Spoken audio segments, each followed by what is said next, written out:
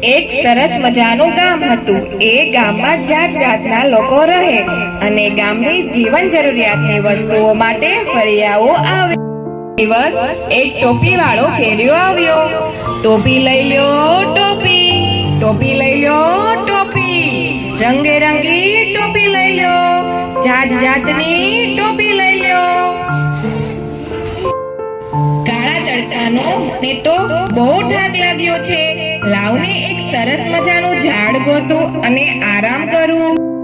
જોત જોતામાં ત્યાં એક સરસ ઝાડ છે. લાવ હું અહીંયા બેસું અને થોડો આરામ કરી લઉં.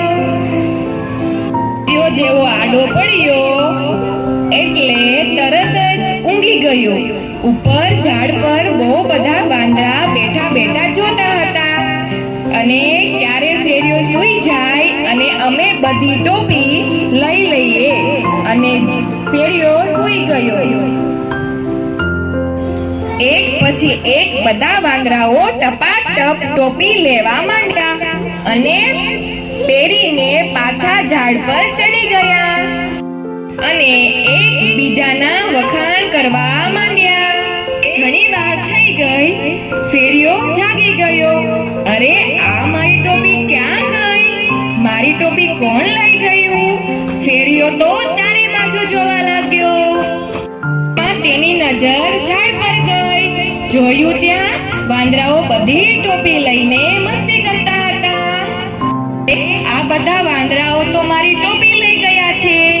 ઓ વાંદરાઓ, મારી ટોપી લાવો. અરે આ બધા તો મારી નકલ કરે છે. આ લોકો કાંઈ એમનેમ ટોપી નહીં આપે. મારે કાંઈ યુક્તિ કરવી પડશે. નવી નવી એક્ટિંગ કરવા લાગ્યો. એ જોઈને વાંદરાઓ પણ નવી નવી એક્ટિંગ કરવા લાગ્યા. પછી જોત જોતામાં ફેરિયાએ તેની ટોપી નીચે ફેંકી. તે જોઈને વાંદરાએ પણ તેની ટોપી નીચે ફેંકી દીધી. પછી ફેરિયાએ ફટાફટ બધી ટોપી ભરી લીધી અને વાંદરાઓ જોતા રહી ગયા. આવી રીતે ફેરિયા